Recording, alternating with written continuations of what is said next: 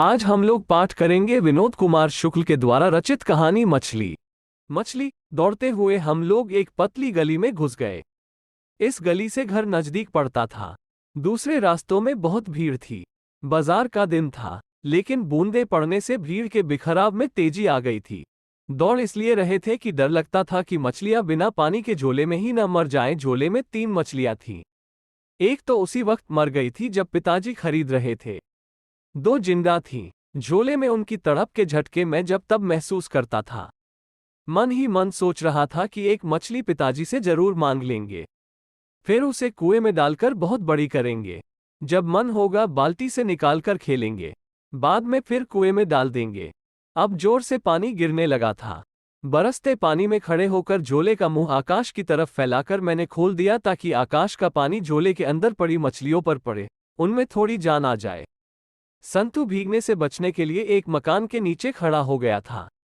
हम बुरी तरह भीग गए थे। तभी कोई मछली पानी के छींटे पाकर कहीं आसपास किसी तालाब या नदी का अंदाज कर जोर से उछली। झोला मेरे हाथ से छूटते छूटते बचा। नहानघर का दरवाजा अंदर से हम लोगों ने बंद कर लिया था। भरी हुई बाल्टी थी, उसे आधी खाली कर मैंने झोले की तीनों मछलियां उड़ेल दी। अगर बाल्टी भरी होती तो मछली उछलकर नीचे आ जाती। एक बार एक छोटी सी मछली मेरे हाथ से फिसलकर नहानघर की नाली में घुस गई थी। हाथों से मैंने और संतू ने टटोल टटोल कर ढूंढा था। जब दिखी नहीं तो हम घर के पीछे जाकर खड़े हो गए थे, जहां घर की नाली एक बड़ी नाली से मिलती थी। गंदे पानी में मछली दिखी नहीं। दीदी ने बताया था कि वह मछली इस नाली से शहर की सबसे बड़ी नाली में जाएगी, फिर शहर से 3 मील दूर मोहारा नदी में चली जाएगी। संतू ठंड से कांप रहा था। माँ हम लोगों को भीगा देखेगी तो मार पड़ेगी। मैंने संतू से कहा कि वो कमीज उतारकर निचोड़ ले। कमीज उतारकर हम दोनों ने निचोड़ी। पेंट को मुट्ठियों से दबाकर निचोड़ा, फिर हम दोनों केवल पेंट पहने, गोद में गीली कमीज दबाए बाल्टी को घेर कर बैठ गए। जो सबसे नीचे दबी हुई मछली थी वही शायद मर गई थी। संतू से मैंने कहा, अपन ये सबसे ऊपर वाली मछली पिताजी से मांग लेंगे। संतू ने सिर हिलाकर कहा, अच्छा। वो बड़े प्यार से मछलियों की तरफ देख रहा था। वो मछलियों को छूकर देखना चाहता था, लेकिन डरता था। बाल्टी के थोड़ा और पास खिसककर एक मछली को पकड़ते हुए मैंने कहा, संतू तू भी छूकर देख। माँ नहीं काटेगी, संतू ने इनकार करते हुए कहा। मैं तो छू रहा तो नहीं काटती, ये मछली नहीं काटती, ले छू। संतू ने डरते डरते एक मछली को जो सबसे ऊपर थी उंगली से छुआ। फिर डरकर उसने अपना हाथ खींच लिया। डरता क्यों है कहकर एक मछली को मैंने उठा लिया। मछली मेरे हाथों से फिसली पड़ रही थी। मैंने उसे फिर बाल्टी में डाल दिया। बाल्टी में पड़ते ही वो उछली तो पानी के छींटे हम लोगों पर पड़े। तब संतू चौंककर थोड़ा पीछे हट गया था। नीचे दबी हुई मछली की आंखों में मैं अपनी छाया देखना चाहता था। दीदी कहती थी जो मछली मर जाती है उसकी आंखों में झांकने से अपनी परछाई नहीं दिखती। बाल्टी में हाथ डालकर मैंने मुर्दा सी पड़ी उस मछली को बाहर निकाला। नहानघर के फर्श पर उसे धीरे से रख दिया। उसकी पूंछ को पकड़कर 2-3 बार हिलाया तो भी उस मछली में थोड़ी भी हरकत नहीं हुई। उसकी लंबी एक एक बाल की मूछें छोर से छल्लेदार बन गई थीं। संतू तू इसकी आंख में झांक के देख, तेरी परछाई इसमें दिखती है क्या? मछली बाहर फर्श पर थी, इसलिए संतू थोड़ी दूर हटकर बैठा था। मेरे ये कहने से कुछ पास आकर वह मछली की आंख में उत्सुकता से झांकने लगा। और पास से देख, परछाई दिखती है, समझाते हुए मैंने उससे कहा। दीदी कहती है मरी मछली की आंख में आदमी की परछाई नहीं दिखती। दूर से सिर झुकाए मछली की आंखों में झांकता हुआ संतू चुपचाप था। कुछ बोलता ही नहीं था कि परछाई दिखती है या नहीं। तुझसे कुछ भी नहीं बनता कहकर दोनों हाथों से मैंने मछली को उठा लिया। फिर मछली को अपने चेहरे के बिल्कुल पास लाकर मैंने देखा तो मुझे उसकी आंख में धुंधली धुंधली परछाई दिखी। ठीक से समझ नहीं आ रहा था कि यह मेरी परछाई थी या मछली की आंखों का रंग ही ऐसा हो गया था। शायद थोड़ी जान है, जाकर तू चुपके से दीदी को बुला ला, संतू से कहा। और मैंने मछली फिर से बाल्टी में डाल दी। थोड़ी देर बाद संतू लौटकर आया तो कहा तो सो रही है, अभी दिन को सो रही है। मुझे आश्चर्य हुआ। माँ कहाँ है? उस तरफ मसाला पीस रही है। मेरा दिल बैठ गया। चह चह मछली के लिए मसाला होगा, आज ही बनेगी, दोहक से मैंने कहा। भैया मछली अभी कट जाएगी? भोलेपन से संतू ने पूछा। हाँ। फिर संतू भी उदास हो गया। घर में मछली काटने के लिए एक अलग से पाटा था। उस पाटे के ऊपर ही मछली रखकर काटी जाती थी। पाट में चाकू के आड़े तिरछे निशान बन गए थे। ये पाटा पछी में ड्रम के पीछे रखा रहता था। जिस रोज मछली बनती थी उसी रोज ये पाटा निकाला जाता था।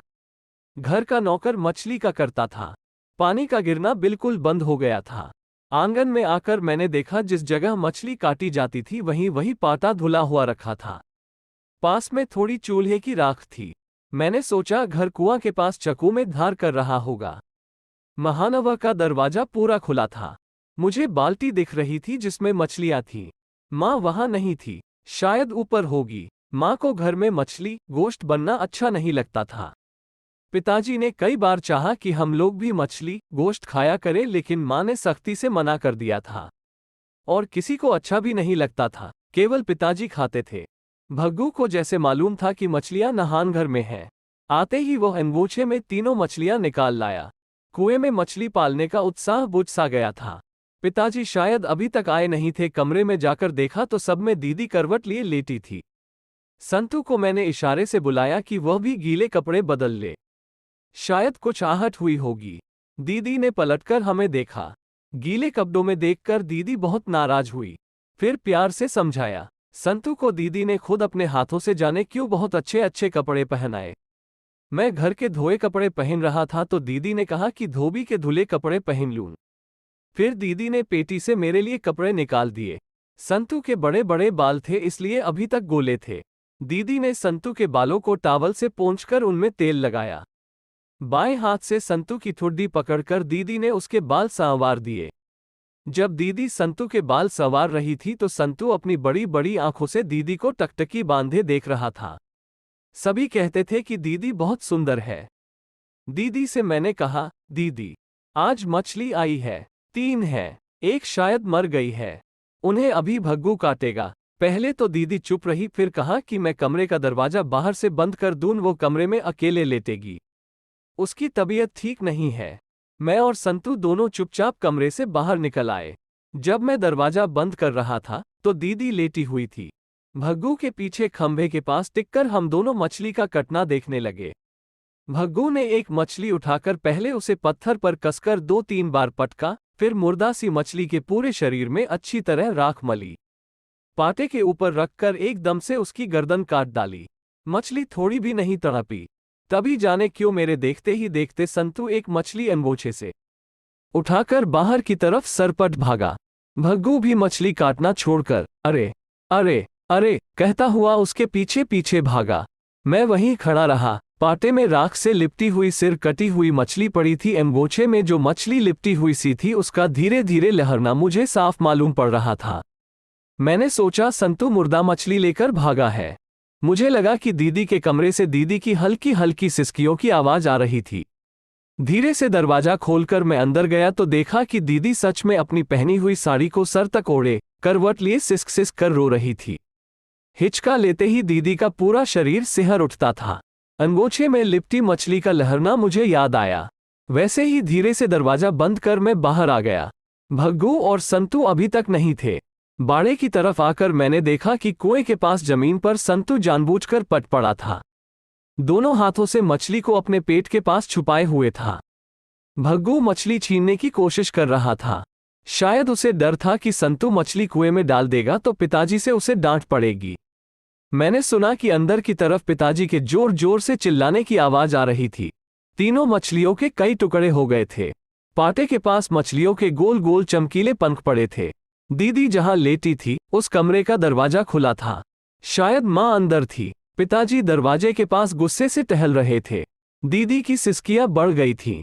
मुझे लगा कि पिताजी ने दीदी को मारा है।